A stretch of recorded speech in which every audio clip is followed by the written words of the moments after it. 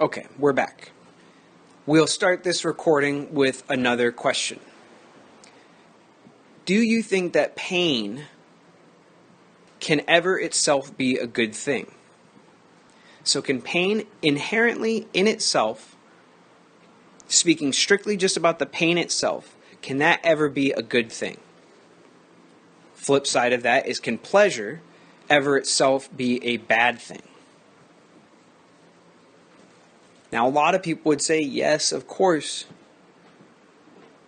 You go to the gym, it's painful. Or work, like I said, but it's good because you get an awesome body or an awesome paycheck. But you have to be careful. That's not what I asked. I didn't say, is sometimes pain good because it leads to some other good thing?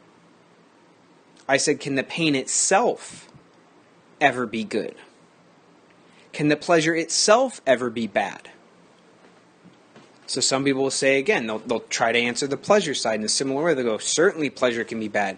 If you're doing a bunch of drugs and, breaking your parents' heart and you get addicted and you start stealing to pay for your habit, then the pleasure of drugs or alcohol has clearly shown itself to be bad. I go, not quite what I asked. I didn't ask if stealing was bad. I didn't ask if the pain of breaking your parents' heart is bad. I asked if the pleasure itself could ever be bad. Right? And we can test this because we can say, okay, what if you did that same pain at the gym and you didn't get an awesome body out of it? Would you ever call that good? Probably not. So when we extract the outside thing of the awesome body, or when we extract the outside thing of the awesome paycheck, is painful physical labor ever good in and of itself? When we're precise about the question, it seems very hard to say, yes, some pain, just as pain, would be good. Same thing applies to the pleasure question.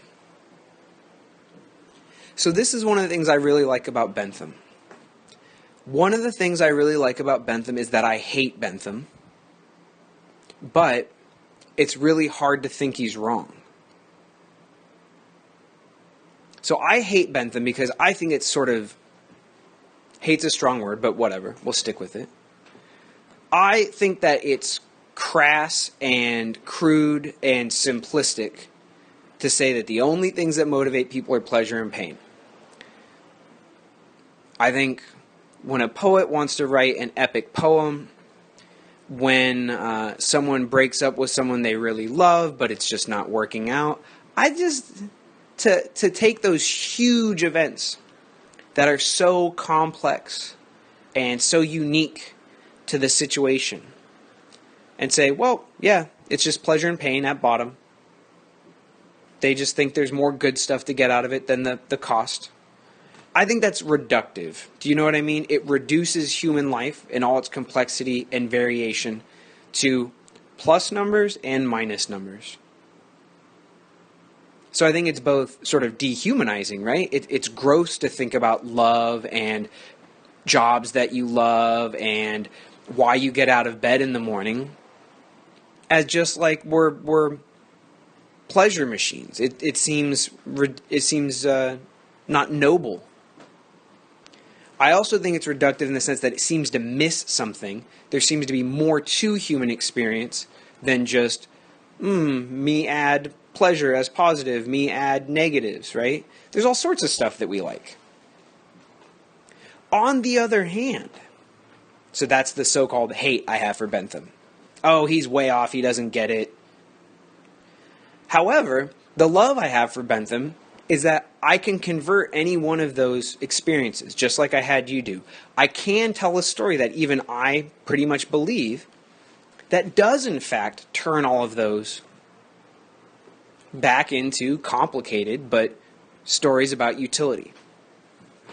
So someone wants to write an epic poem because they think it's beautiful, they like the work, they like going to parties and introducing themselves as a poet, they love the smile on someone else's face when that person gets the metaphor or whatever it is they wrote.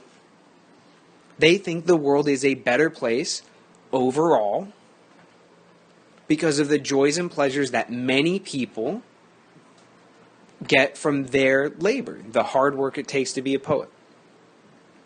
Now, would they use those exact words to describe it? Probably not. But they might not describe their poem in terms of the actual number of words it has, and yet truly it does have that number of words. You know what I mean? I'm not asking about if the poet agrees with this, if the person who breaks up with someone even though they love them, whether they agree with it, but whether, like a scientist, we can step back and analyze their terms their behavior in terms of pleasures and pains, and then predict what someone might do based on the pleasures and pains they think come out of something. And it seems like we can. It really seems like we can. So then I love him because he repels me a little bit. I don't like the account.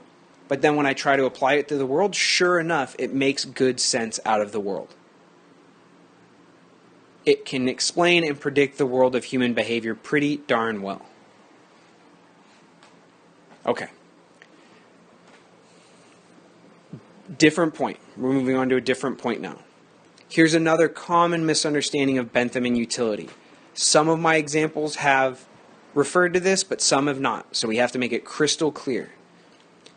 Bentham thinks when you're adding up pleasures and pains, to be a moral person, to be an ethical person, you have to count up everybody involved. Your act, when you tally up all the pleasures and all the pains, and then you add them together to see if there's whichever one there's more of. More pains overall means don't do it. More pleasures overall means do it. You must count up everyone affected by the act. Everybody. So here's a few technical terms that will be useful for Bentham and also will show up later in your life, other classes, etc. Bentham's what's called a consequentialist. That is, he thinks the consequences of an action are what determine whether it's right or wrong. That's just a general term you want to know. He's also not what's called a hedonist. That's Hedonist. Hedonism, Hedonism, is the view that individual pleasure is the only thing that an individual should pursue. Bentham thinks that's stupid. You and I would probably call it selfish. So Bentham is a utilitarian, not a hedonist. The non-technical way to put that, not using these technical terms of hedonism and utilitarianism, is that while Bentham thinks pleasure is the only important thing, he's always concerned with everybody's pleasure. He's not selfish. And in fact, Bentham insists that a good utilitarian will cause herself a little bit of pain if it's going to cause other people a great deal of pleasure. Because, remember, it's always about the precise, exact explanation. I didn't say in the beginning you should do something painful if it'll cause you a lot more pleasure in the end. I said acts are good when overall, whatever their cost of pain is offset by their overall benefits. But overall doesn't mean your own selfish self. It means anyone involved. And connecting that back to the other technical term, when we tally up the consequences for utility, it's the consequences for anybody who experiences a consequence from that act. Right? It's not just about the one doing the act. It's not just about the main person being affected by the act. It's about anyone, everyone, who even gets a hint of pleasure or pain from that act. So, just an example that popped into my head. I do come up with weird examples sometimes, so forgive me. Is for Bentham, if you see two people on the street and they're fighting, they're probably not getting much pleasure out of that, and it's probably causing them a fair bit of pain. So it's bad already, right? More pain than pleasure. But Bentham would say, hey, don't just consider the two people on the street. Consider, are they going to go to jail? If so, is that going to stress out the deputy? Is it going to cost the taxpayers more money? Were there children around who might have seen this act and then they're traumatized by it? Right? All sorts of things. So anyone who's affected, you look at one act at a time, but you look at everyone who's affected by that act. So won't somebody think of the children, right? But also won't somebody think of the taxpayer, the police, anyone who saw the act? Right? So that's very important, and always I see in papers and in tests, people basically get Bentham, but they'll make one of these mistakes that I've already pointed out. They'll forget that every act basically has pleasure and pain mixed in. So they'll point to something that's overall painful. They'll just point to the pleasure and say, do it because of the pleasure, forgetting that there's all these bigger pains. Or they'll point to an act and go, oh, Bentham thinks you should lie and steal because, hey man, it causes you pleasure. You go ahead. Bentham would say, well, it probably causes someone else at least as much pain, and you run the risk of getting caught. That's two pains put together with just one pleasure. No, it's bad overall. So always think of the total mix of pleasures and pains, and always think of everyone involved, everyone who experiences the consequence of the action.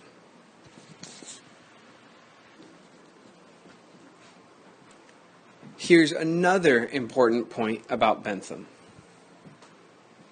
He says that an act is good when it tends to produce overall pleasures compared to the pains it causes. He says an act is bad when it has a tendency to diminish the happiness of all the people involved. And 44A, that first column, A, 44A near the top is one of the places he says that. So for Bentham, you don't have to act...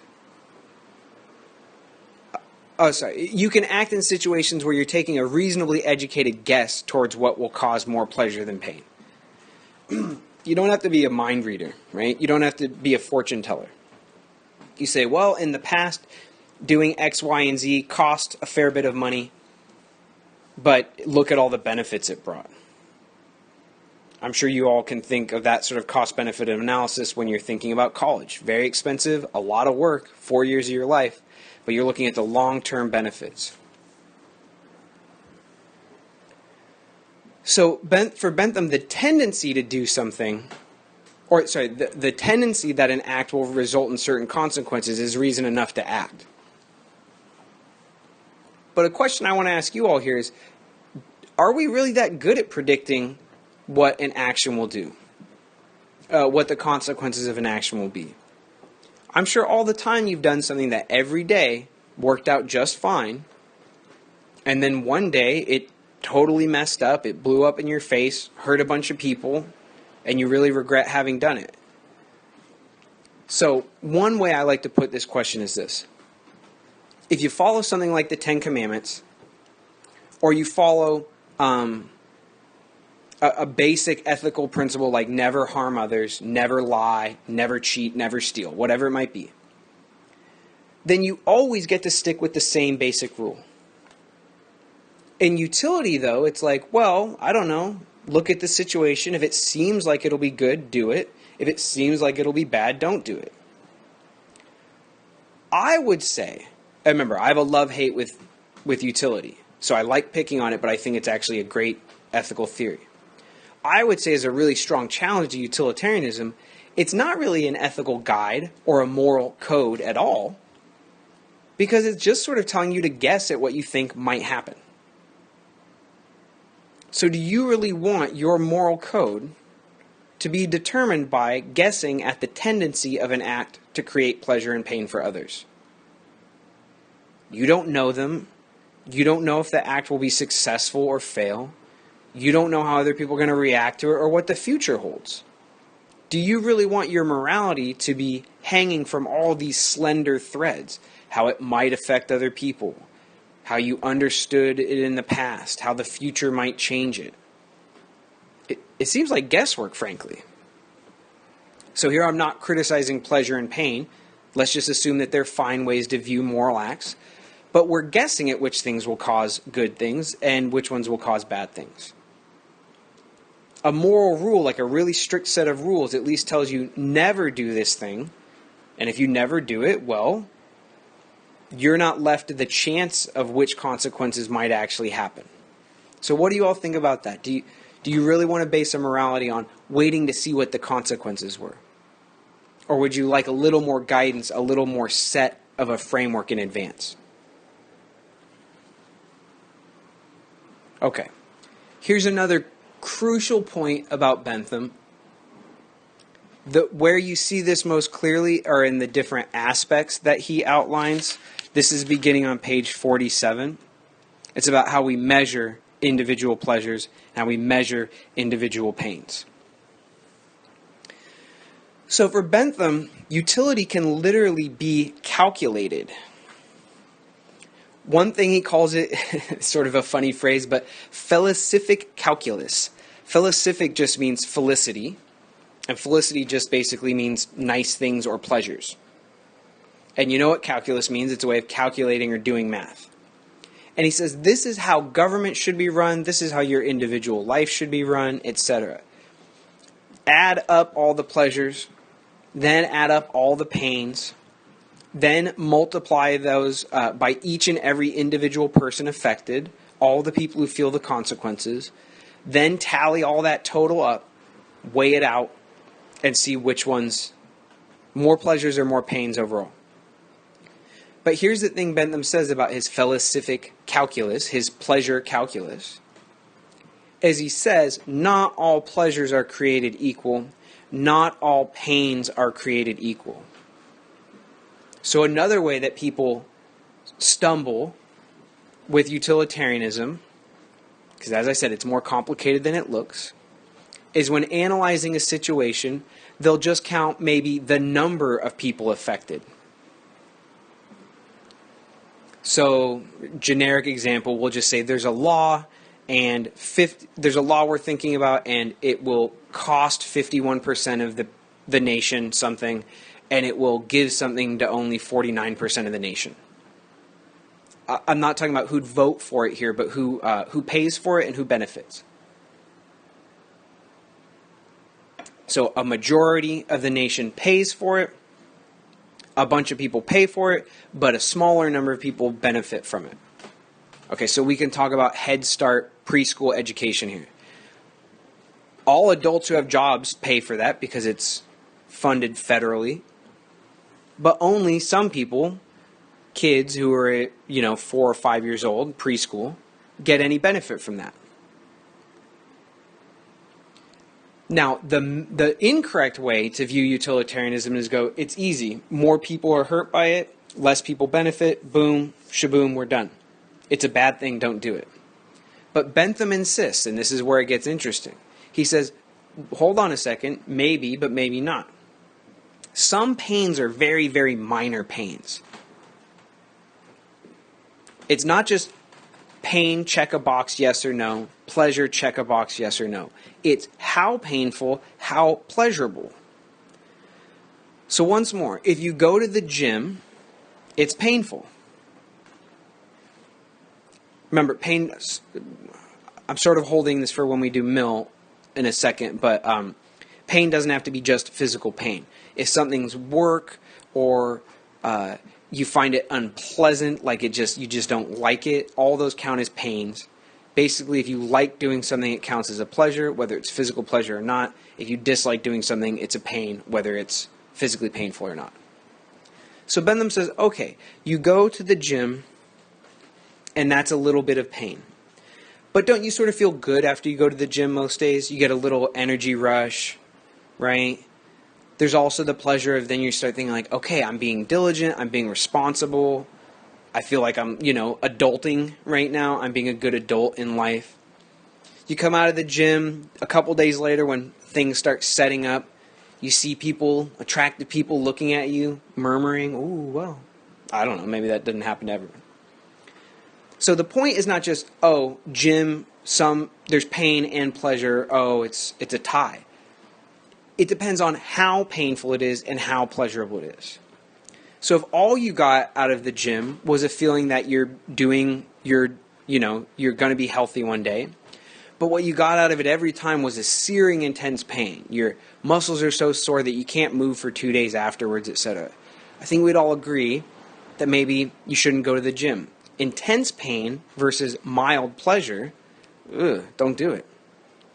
However, if all you get is like a little bit of stiffness, it costs a little bit of time to go to the gym, and you're one of the people who gets tons of energy when you work out. Working out is one of the best things you can do to combat depression, which is, of course, crippling pain. You feel really healthy. You get more energy. You get to eat more tasty food, but still not put on weight. All these intense pleasures. Okay, so that's what we're going to do next. Bentham insists that you have to calculate how big or small each individual pleasure and pain is. It's not just, is there a pleasure or pain, and for how many people, but how intensely is each one of those pleasures and pains. Or sorry, more generally we should say how big, how much does it weigh, more or less. And that's what we do next. That's pages 47 over to 48, where Bentham lists off these different categories, or aspects you might call them, and each one affects how much a pleasure weighs or how big it is, and affects pains as well. So the easiest one is intensity. If I kick you in the shins, that's going to be an intense pain. If I kick you in both shins, that's going to be twice as intense, I suppose. Right? There's a big difference between getting a slap on the wrist and a sock in the nose. Okay, so intensity is easy. I don't know another synonym for it because it's so straightforward. Duration is also pretty straightforward. How long does the pleasure last? How long does the pain last?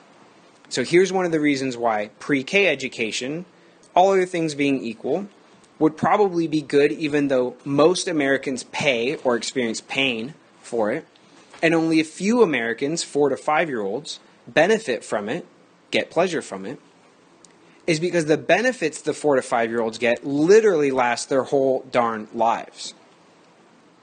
If it does what it's supposed to do. If it puts them a year ahead in schooling, then that means they're going to do better every year of school. They're going to get praise from their parents. They're not going to feel dumb. They're going to feel smart. They're going to get a better job. They're going to contribute more to society, because remember, other people count too. These are huge long-term benefits. So same thing, I kick you in the shins. It's pretty intense. That makes the pain go up. But then we evaluate on this next thing, the duration. Your shin's only going to hurt for like 15 minutes. So that's an intense but very short duration pain. So you see as we go through this, the same pain evaluated, it takes dips and valleys as well as raises how much it weighs. Just looking at intensity, a kick in the shins is pretty darn bad. Looking at duration as well, though, you realize, it's pretty minor. The pain's going to fade and you'll forget all about it. The third one, certainty or uncertainty, is basically that issue of tendency I talked about before. If it were guaranteed that spending $5 could make you $1 million, that's a lot of utility. Assuming, it's not harming anyone else to get that money. However, think about how the lottery works. It's very uncertain, although it's possible, that your $5 ticket will get you the $1 million prize.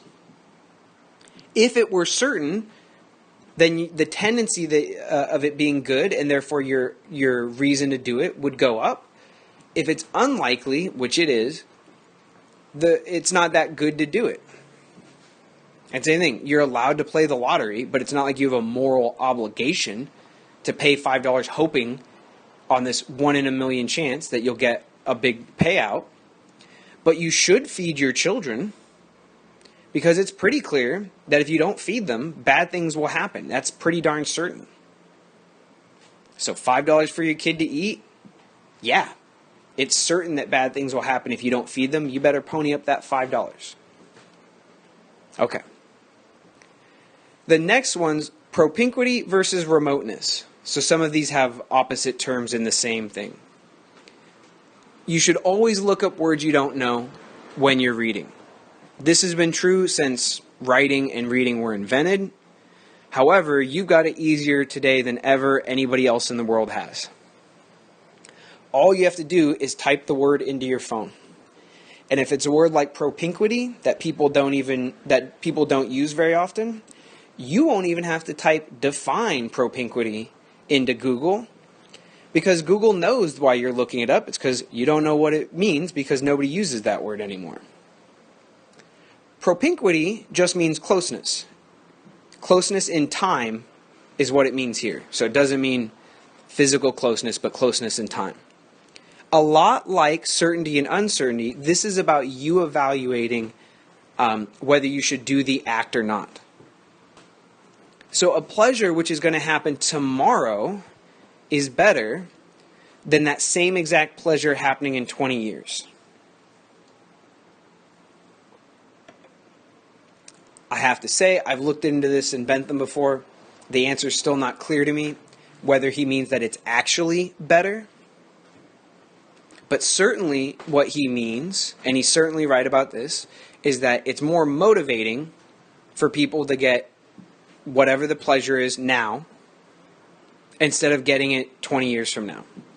So if I said, do you want an awesome piece of cake? I'm telling you, Gordon Ramsay would be proud. It's a delicious piece of cake. Do you want it now? And presuming you're hungry and, you're into cake and all that. Or do you want it in 3 weeks? It'll be just as good because I'll make a new cake. It'll be made the same exact recipe, and I'll offer it to you at the same time of day so you're equally as hungry, all that. I mean, who would take the cake 3 weeks from now?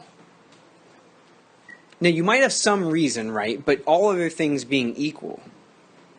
In 3 weeks you're not going to be on your honeymoon or something like that, right? All other things being equal. You'd take it now, wouldn't you? Okay. I honestly don't know. I've looked into Bentham further on this issue and can't quite find the answer. Whether he thinks it's literally better to have it now. I think he does. Or whether he just thinks you want it more now, and so it's fine to have it when you want it more. But just know that's what he means. Closeness in time or remoteness in time. Another word you might not be familiar with is the next aspect. It's fecundity. Fecund, when something's fecund, which is actually a very weird word to say, when something has fecundity, it means fertility. So land can be said to be fertile land or fecund land, which basically just means you can grow all sorts of stuff in it. So what he means by fecundity here is that some acts make something good happen, and then they stop. Other acts, which are fecund or fertile acts, make something good happen that itself leads to other good things. This is the gift that keeps on giving. This is teach a man to fish, give a man a fish and he eats for a day. Teach a man to fish and he benefits for a lifetime. Now I know this one might seem like duration. Technically it's different though, because he's talking about something good now that leads to other good things. For me, the best example is education. Education is good in the moment because when you listen to me say these awesome things in this awesome class about these awesome readings, I know that's what you're all thinking. That's good right in the moment. You say, oh, that's interesting. Oh, it's pleasurable. So glad I'm in this wonderful class. But in 5 years when you're at a fancy dinner party, trust me, you'll go to a lot of wine and cheese parties, whether you want to or not, when you first get out of college. And someone will say, da, da, da, da, da, da, and you say, yeah, it reminds me of Bentham. He said something about fecundity, really sharp guy. And how it's different than duration. And someone will look at you with respect and go, I knew you were beautiful / handsome. I didn't know you were so smart. And you'll feel good. They'll have learned something, so benefits for both of you. No cost, really, right? So education, for instance, is good in the moment. It's enjoyable, you get a grade, etc. But you can use it in new and different ways in the future. You get social credit for being smart. You apply it to your own life in the future. No longer about a grade, but you make yourself happier, cause yourself less pain. Health is also this way. Health is good in the moment. This is why we really should all go to the gym. But man, I'd find it hard to get motivated to do myself sometimes. is that it's good in the moment. It gives you a little energy boost, you'll drop a little weight, but think about what other things that'll lead to. Lower weight now means you're less likely to get diabetes 2 in the future. Not getting diabetes 2 in the future means you don't have to pay a bunch of money for insulin. You don't have to worry about diabetics, unfortunately, sometimes have to get toes and feet amputated, right? Okay, all these pains that you're missing out on, which converts, by the way, into causing a pleasure. Avoiding a pain and causing a pleasure, the same thing for Bentham. Okay, so health now leads to another good thing, which leads to another good thing. That's fecundity. I told you it was complicated, right? I told you it was complicated. Purity and impurity are the next ones. Bentham says that a pleasure, let's say it's a 5, a plus 5 on the scale, is good. But he says, and I want to know if you agree, he says a pleasure that, let's say, is a plus 7, so it's a more intense pleasure, or a bigger pleasure, that's mixed with a pain that we'll say is a minus 2, is not as good as the plus 5 pleasure by itself. So let me say that again. I know if we had a board here, it'd be helpful to write this down. A pleasure which is a plus 5 is good for Bentham. A pleasure which is a plus 7 mixed, so impurely mixed with a minus 2, so the number comes out to be the same, it's a 5 overall, he says that's less good than the straight 5. Right? So Bentham says that if you can get pleasure all by itself, that basically doesn't cost you anything, people are going to want to do that more and it's better. Same thing, a pain that is at least something bittersweet, sweet mixed into it, is a lot more tolerable than a pain, even if it's not particularly big, that's just the pain all by itself.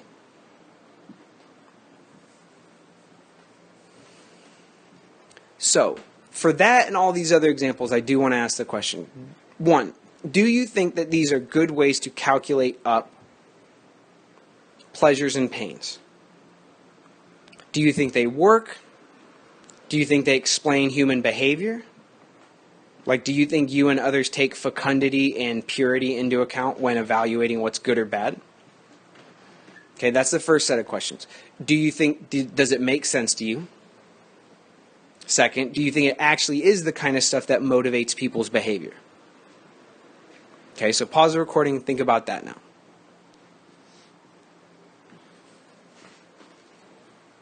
Follow-up question is this.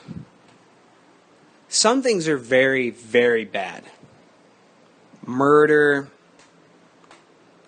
killing innocent children, right? Sexual crimes. These things are really, really bad. And they're usually pretty widely agreed upon as being particularly heinous crimes. Do you think when something's really, really bad, things that happen in World War II, sexual crimes, like the really heavy stuff, do you think that it's actually worse because we can calculate it that the pains were pure, the duration of the pains was long, the intensity of the pains is very extreme? Do you think that's actually basically what explains or makes the things so heinous and so bad? Okay, so pause again and think about that if you would.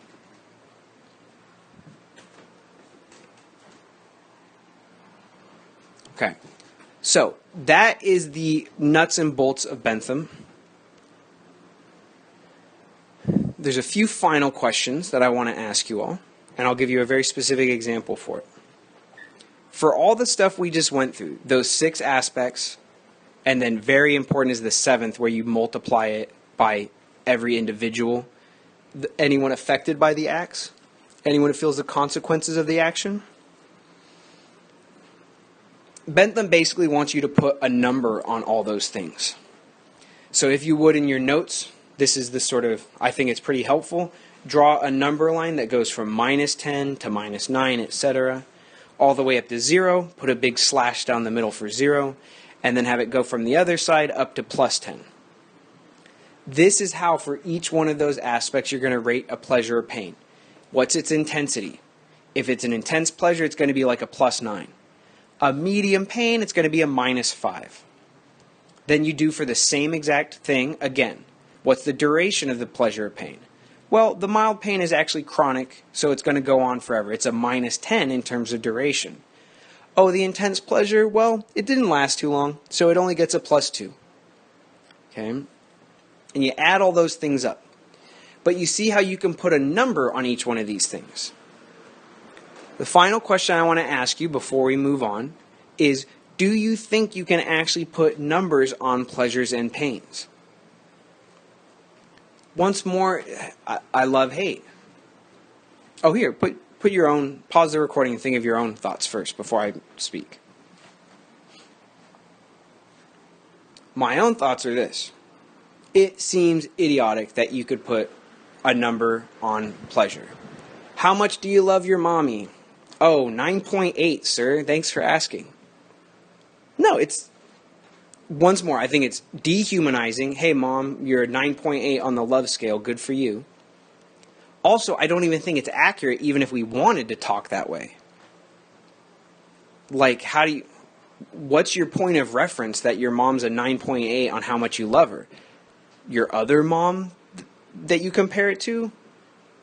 Right? Like, who even knows? Your other pains and pleasures?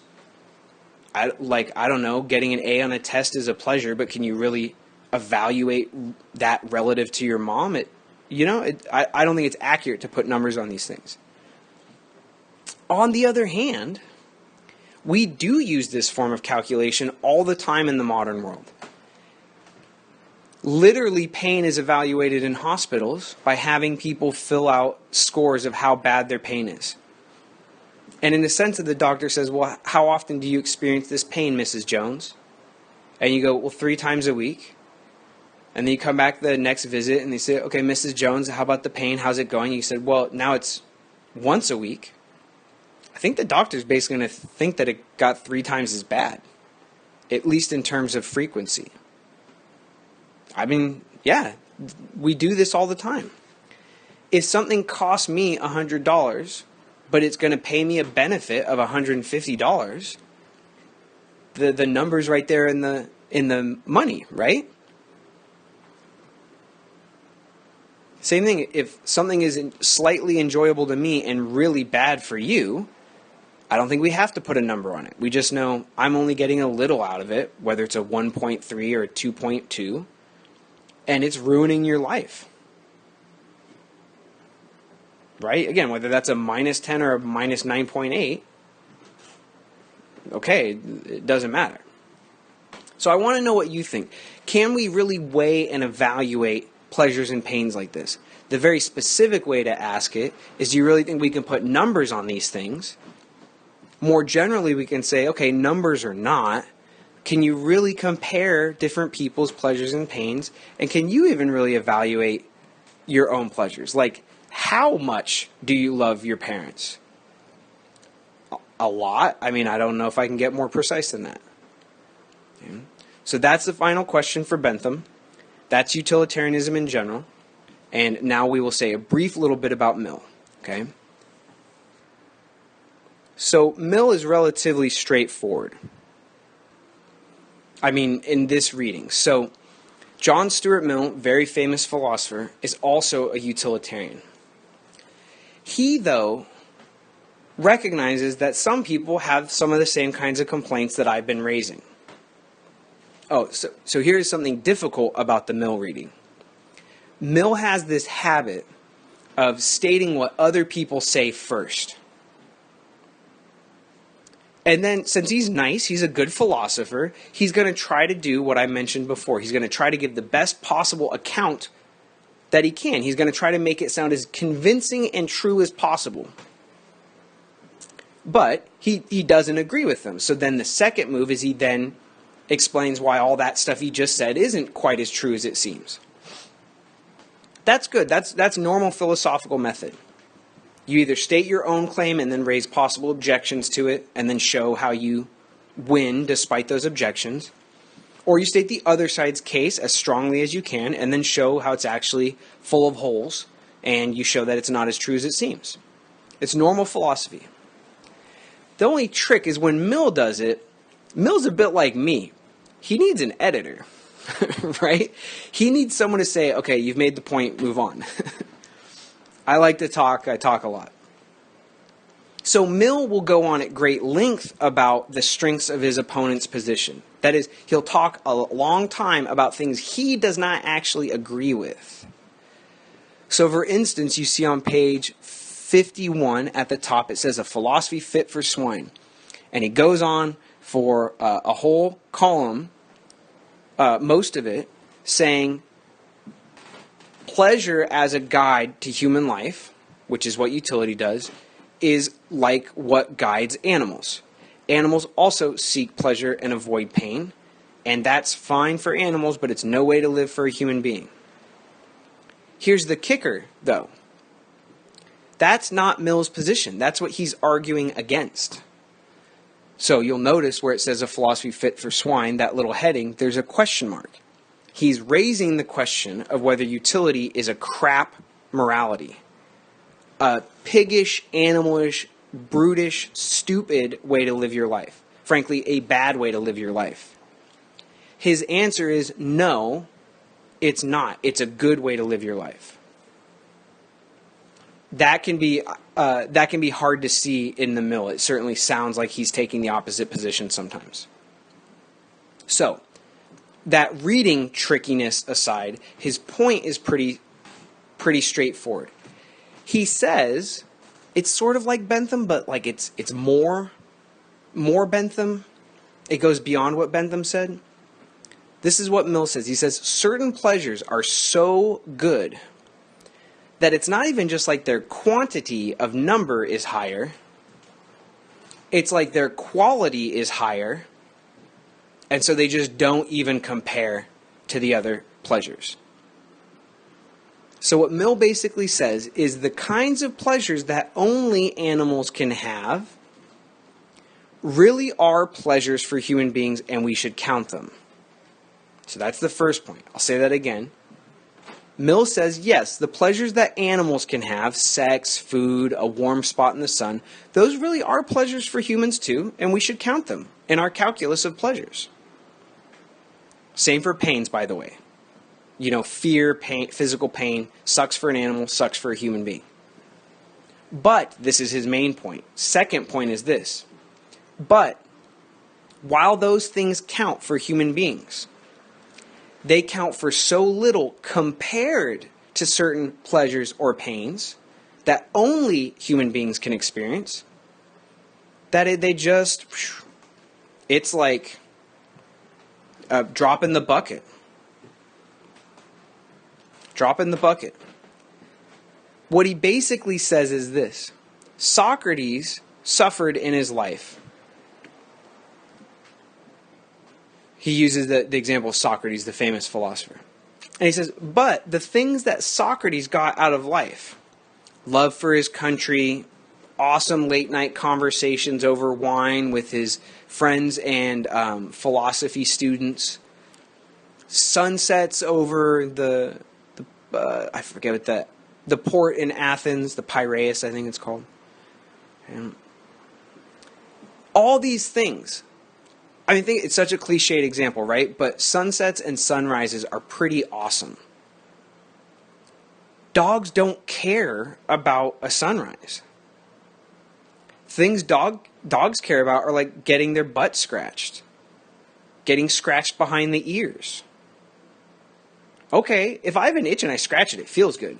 But would you trade for a second scratching an itch to viewing some fantastic painting in the museum? Or watching a sunrise with a loved one? It's absurd, right? It's almost absurd to even ask.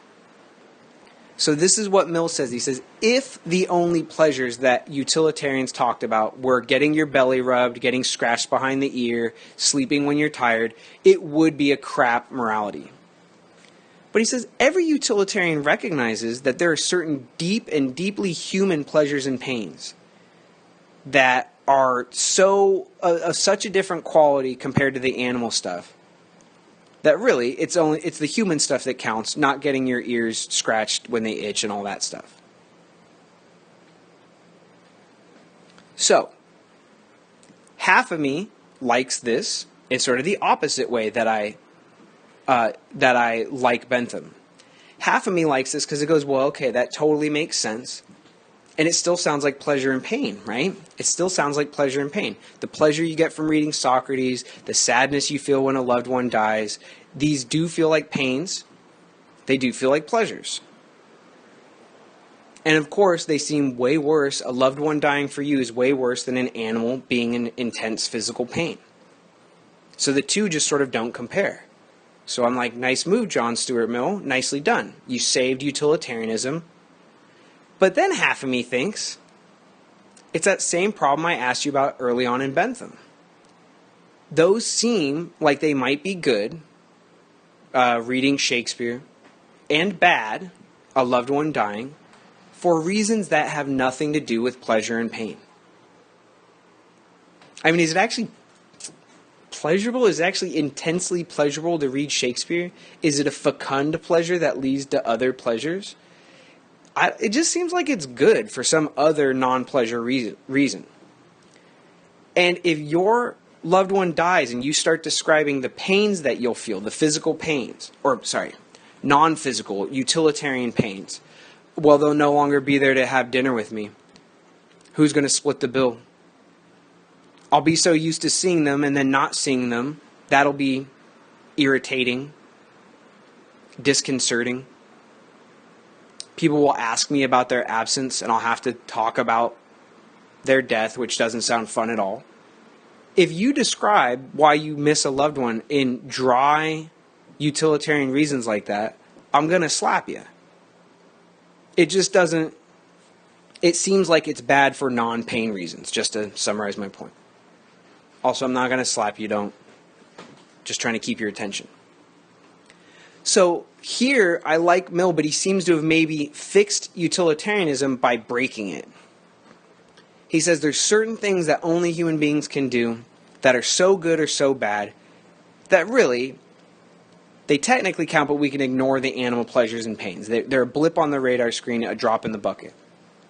But then it seems like the stuff he says is so dang important, is so hard to describe in terms of pleasures and pains, that it seems like he's not doing utilitarianism anymore.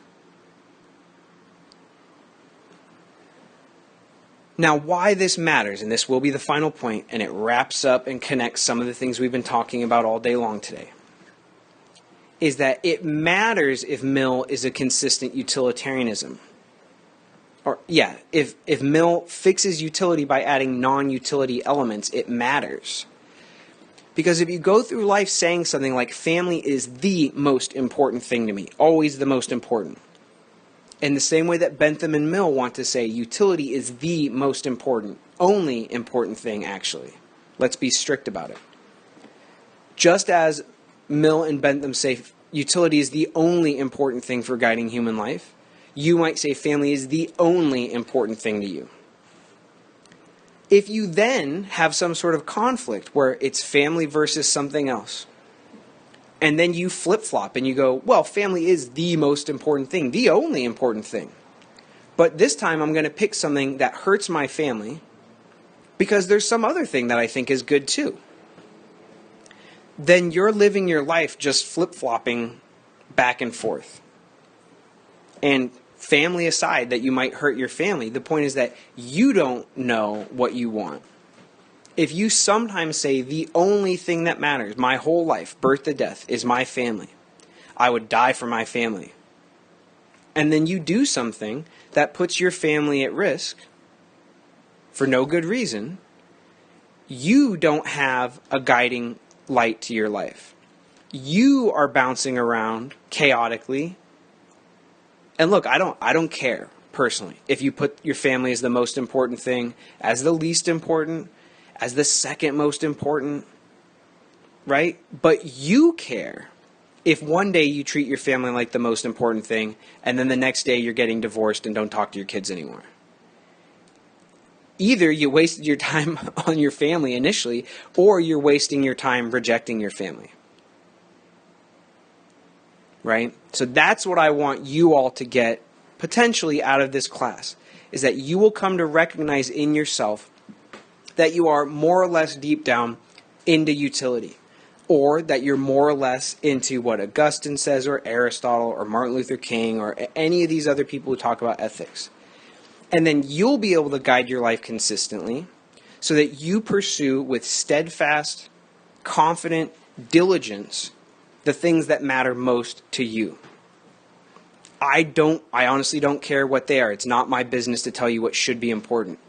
But it's bad for everybody if one day they treat something as holy and sacred and the next day they treat it as garbage. Or one day you say, the only thing that matters to me is becoming a poet. And then the next day you go, nope, I guess I wasted all my time on poetry. What I really want to be is a basketball player. And then the next day you say, I actually want to be an ice skater. You can change your mind, surely. But if you're just flip-flopping, right? If you're just being inconsistent rather than changing your mind for good reasons, I feel like you're going to end up wasting a lot of your time. And I don't want to see that happen to you. So, the charge is that I think Mill might be wasting his time. He might be saying utility is all that matters, and then in the next breath saying non-utility things are all that matters. If that's the case, then I don't know how he makes decisions. I don't know how he picks things that are actually really great for him if he can't figure out what he thinks is really great. So that's the end of our recording for today. If you have any questions about it, absolutely shoot me an email and we'll talk about it. I'm looking forward to hearing your comments in the discussion board. Thank you, everyone.